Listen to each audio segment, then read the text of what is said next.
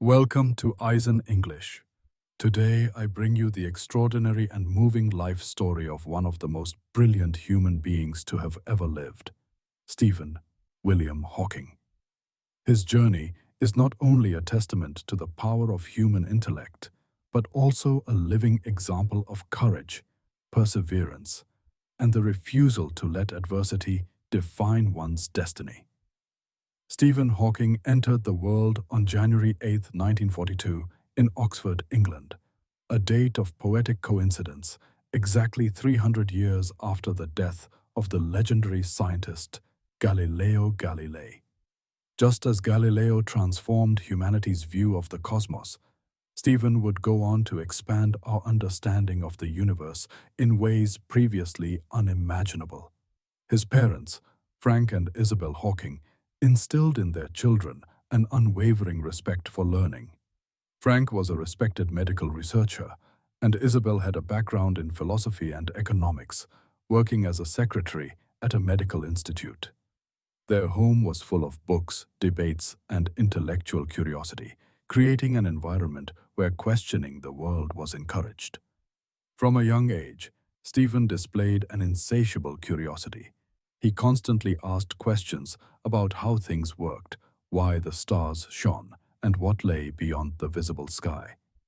Though not an outstanding student in terms of grades, his teachers quickly noticed that his mind worked differently, more creatively, more deeply, and with an unusual ability to think abstractly.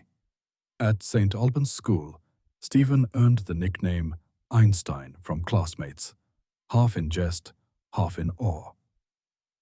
While he wasn't known for his neat handwriting or quick note-taking, he excelled in logical thinking, puzzle solving, and finding elegant solutions to complex problems. Mathematics and science became his safe haven, where his imagination could roam free. When he was 17, Stephen enrolled at the prestigious University of Oxford. Initially considering mathematics, he eventually focused on physics, particularly cosmology, the study of the universe's origins and structure. Oxford life wasn't always easy for him. Though highly intelligent, he admitted to being somewhat lazy about routine work, preferring to think deeply about the big questions rather than focus on daily assignments. Still, his sheer brilliance carried him through. During his university years, Stephen's natural shyness kept him from being socially outgoing. He wasn't much for parties or crowds, but he did enjoy rowing, which became his main form of exercise. However, his true passion remained locked on the mysteries of the cosmos, the nature of time, the origins of the universe, and the unseen forces shaping existence. It was during his time at Cambridge, pursuing graduate studies, that Stephen's life changed forever. At the age of 21, he began experiencing troubling symptoms, occasional clumsiness, difficulty speaking clearly, and an unsettling loss of muscle control. Medical examinations revealed a devastating diagnosis: amyotrophic lateral sclerosis, ALS, or Lou Gehrig's disease. The prognosis was brutally grim. Doctors estimated he might only have 2 or 3 years to live. For a young man with his whole life ahead, the news could have been crushing. And indeed, Stephen fell into a period of deep depression, questioning the point of continuing his studies or even his life. But something inside him refused to give in. Supported by his family, friends, and his soon-to-be wife Jane Wilde, Stephen chose to focus not on the time he might have left, but on what he could accomplish within it. Rather than retreat from the world, he plunged into his research with renewed determination.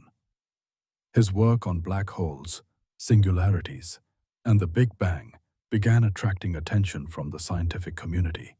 His mind, unaffected by the disease, soared to heights few could imagine, even as his body gradually weakened. Despite his declining physical abilities, Stephen's mind only grew sharper. At Cambridge, he became deeply involved in theoretical physics, focusing on the origins and structure of the universe.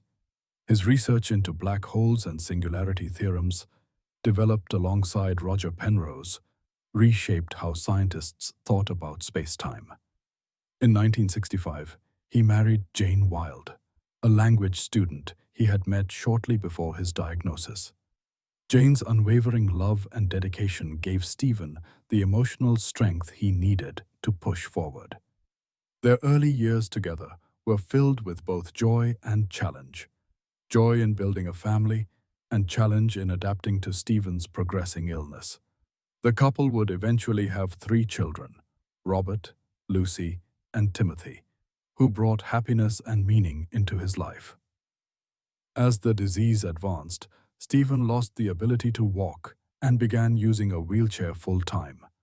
Yet, far from slowing him down, this only sharpened his resolve. He continued to lecture, write, and debate with other scientists, often speaking through the help of interpreters before his iconic speech synthesizer became part of his